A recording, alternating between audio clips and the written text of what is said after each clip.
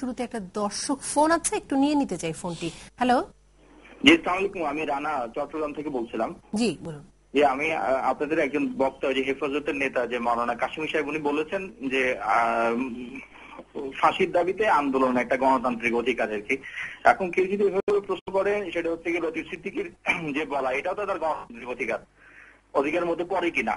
আবার ওনারা বলছেন ওরা নানা গণতান্ত্রিক আন্দোলনে আছেন, কিন্তু এখনো পর্যন্ত জনগণের যে অনেক ধরনের আন্দোলন আছে, বিশেষ করে আমরা দেখলাম গ্যাসের মূল্যবৃদ্ধি সহ নিত্য প্রয়োজনীয় দ্রব্যের মূল্যবৃদ্ধি, এখানে তো হেফাজতের কোনো ধরনের আন্দোলনের আমরা দেখলাম না। এটা কি ইমানি দায়িত্বের মধ্যে পড়ে না? অনেক ধন্যবাদ আপনাকে। মাওলানা কাশিমি, আপনি নিশ্চয়ই প্রশ্ন দুটো শুনেছেন।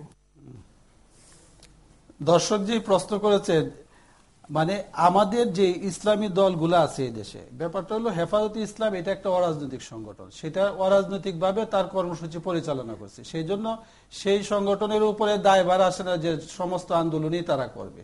আর এটা হেফাজতে ইসলাম তার নামের থেকে যে ইসলামের উপরে যখন কোনো আঘাত আসে, সেগুলার গণতান্ত্রিক ভাবে তারা সেই আন্দোলন করে এবং করে আসছে। সুতরাং এটা লতিফ সিদ্দিকীর যেমন অধিকার আছে, আমরা তো তার অধিকার খর্ব করার জন্য বলিনি, আমরা তো তাকে আইনের আওতায় আনার জন্য বলা হয়েছে। আইনের আওতায় আইনে এবং প্রয়োজনে কঠোর শাস্তির জন্য আইন সংশোধনের কথা আমরা বলছি। সেটা ভিন্ন, সরকার কিভাবে সেটাকে সংশোধন করবে। আমি নাইম ভাইয়ের কয়েকটা কথার উত্তর দিতে চাই। নাইম ভাই বলছেন যে সরকারকে সময় দেওয়া দরকার। নাইম ভাই, আপনি একটু চিন্তা করে দেখবেন যে সরকারের জন্য সবচেয়ে আসান হইল যে ধর্মীয় ইস্যুতে আঘাত, ধর্মীয় অনুভূতিতে আঘাত, এই ধরনের কেসে গ্রেফতার করাটা সরকারের জন্য অত্যন্ত আসান জিনিস। কারণ আমরা এর আগে দেখছি যে মানবতা বিরোধী অপরাধে মৌলানা নিজামী এবং দেলোয়ার হোসেন সাঈদী, এই দুইজনকে যখন প্রথমে গ্রেফতার করা হয়, তখন ধর্মীয় অনুভূতিতে আঘাত করা হয়েছে, এই ধরনের দুইটা কেসে তাদেরকে গ্রেফতার করা হয়েছে।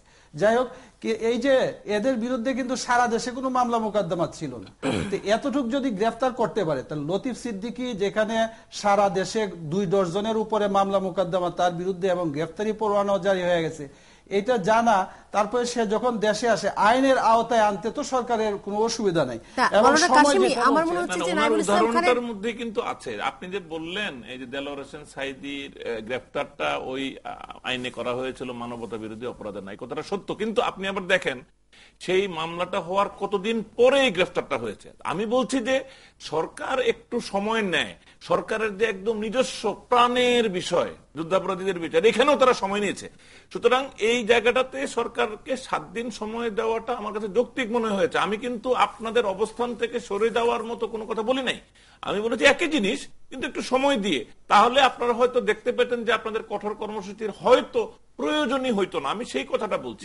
সেটা তো আমরা অবজার্ভ করব। হরতাল ডাকা হয়েছে বৃহস্পতিবারে, এইখানেও সরকার সময় পাচ্ছে এবং সরকারের পক্ষ থেকে বিভিন্ন সময় বিভিন্ন কর্মসূচি আসলে তাদের আশ্বাস হয়, তারা কথাবার্তা বলে বা তারা চেষ্টা করে তারা কি করতেছে, তাদের প্রাথমিক পদক্ষেপগুলো তো আমরা দেখি। মাওলানা কাশিমি, আমাদের হাতে খুব বেশি সময় নেই, একটি ছোট্ট প্রশ্ন আপনার কাছে করি। সেক্ষেত্রে যদি দেখি যে আগামী কালকে, মানে আমি আপনাকে একেবারে একটা হাইপোথেটিক্যাল প্রশ্ন করছি, আগামীকালকে আব্দুল লতিফ সিদ্দিকীকে গ্রেফতার করা হয়েছে, তাহলে কি আপনারা আপনাদের আন্দোলন থেকে সরে আসবেন?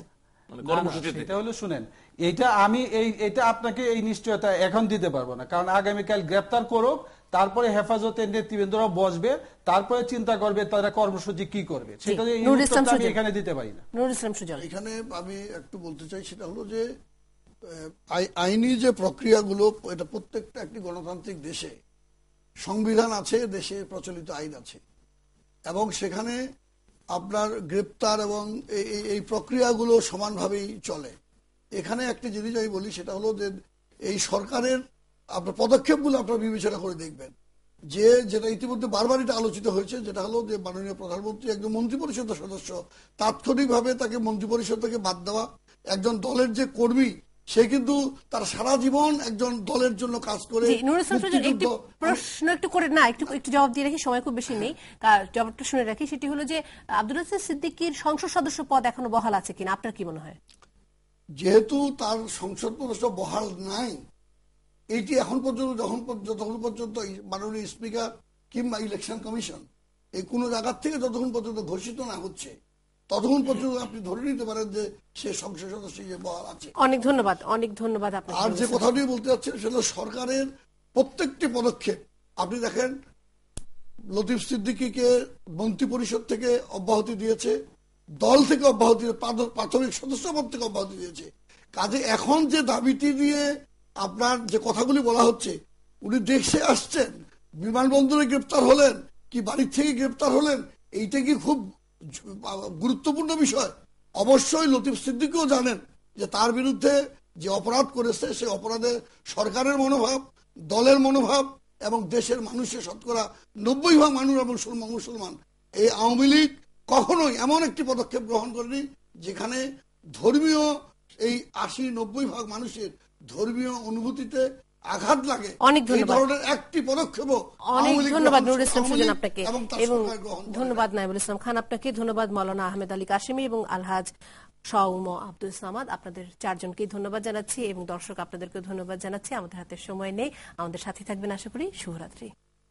ভালো যে মাননীয় প্রধানমন্ত্রী একজন মন্ত্রিপরিষদের সদস্য, তাৎক্ষণিকভাবে তাকে মন্ত্রিপরিষদ থেকে বাদ দেওয়া, একজন দলের যে কর্মী সে কিন্তু তার সারা জীবন একজন দলের জন্য আইনে করা হয়েছিল মানবতা বিরোধী অপরাধের নাই, কথাটা সত্য। কিন্তু আপনি আবার দেখেন সেই মামলাটা হওয়ার কতদিন পরে এই গ্রেফতারটা হয়েছে। আমি বলছি যে সরকার একটু সময় ধরনের কেসে গ্রেফতার করাটা সরকারের জন্য অত্যন্ত আসান জিনিস, কারণ আমরা এর আগে দেখছি যে মানবতা বিরোধী অপরাধে মৌলানা নিজামী এবং দেলোয়ার হোসেন সাঈদী এই দুইজনকে যখন আর যে কথাটি বলতে চাচ্ছেন সেটা সরকারের প্রত্যেকটি পদক্ষেপ। আপনি দেখেন লতিফ সিদ্দিকীকে মন্ত্রিপরিষদ থেকে অব্যাহতি দিয়েছে। শুরুতে একটা দর্শক ফোন আছে, একটু নিয়ে নিতে চাই ফোনটি। হ্যালো, জি আসসালামু আলাইকুম, আমি রানা চট্টগ্রাম থেকে বলছিলাম। জি বলুন। যে আমি আপনাদের একজন বক্তা, যে হেফাজতের নেতা। সুতরাং এটা লতিফ সিদ্দিকীর যেমন অধিকার আছে, আমরা তো তার অধিকার খর্ব করার জন্য বলিনি, আমরা তো তাকে আইনের আওতায় আনার জন্য বলা হয়েছে। আইনের আওতায় আইনে একেবারে একটা হাইপোথেটিক্যাল প্রশ্ন করছি, আগামীকালকে আব্দুল লতিফ সিদ্দিকীকে গ্রেফতার করা হয়েছে, তাহলে কি আপনারা আপনাদের আন্দোলন থেকে সরে আসবেন? মানে না, না, কর্মসূচিতে সেটা হলো শুনেন, এটা আমি এই আমাদের যে ইসলামী দলগুলো আছে এই দেশে, ব্যাপারটা হলো হেফাজতে ইসলাম এটা একটা অরাজনৈতিক সংগঠন, সেটা অরাজনৈতিক ভাবে তার কর্মসূচি পরিচালনা করছে। সেই জন্য সেই সংগঠনের সে কিন্তু তার সারা জীবন একজন দলের জন্য কাজ করে। জি, নুরুল ইসলাম সুজন, একটি প্রশ্ন একটু করে না, একটু জবাব দিয়ে রাখি, সময় খুব বেশি নেই, জবাবটা শুনে রাখি। সেটি হলো যে আব্দুল দিয়েছে, দল থেকে অব্যাহতি, প্রাথমিক সদস্য পদ থেকে অব্যাহতি দিয়েছে। কাজে এখন যে দাবিটি দিয়ে আপনার যে কথাগুলি বলা হচ্ছে, উনি দেশে আসছেন, গ্রেপ্তার হলেন কি বাড়ির থেকে গ্রেপ্তার হলেন, এইটা কি খুব গুরুত্বপূর্ণ বিষয়? অবশ্যই লতিফ সিদ্দিকীও জানেন যে তার বিরুদ্ধে যে অপরাধ করেছে দলের মনোভাব এবং দেশের মানুষের শতকরা 90% মানুষ এবং মুসলমান, এই আওয়ামী লীগ কখনোই এমন একটি পদক্ষেপ গ্রহণ করেনি যেখানে সে অপরাধে সরকারের মনোভাব, দলের মনোভাব এবং দেশের মানুষের শতকরা 90% মানুষ এবং মুসলমান, এই আওয়ামী লীগ কখনোই এমন একটি পদক্ষেপ। এবং আলহাজ শাউম আব্দুল সামাদ, আপনাদের চারজনকেই ধন্যবাদ জানাচ্ছি এবং দর্শক আপনাদেরকে ধন্যবাদ জানাচ্ছি। আমাদের হাতে সময় নেই, আমাদের সাথে থাকবেন আশা করি। শুভরাত্রি।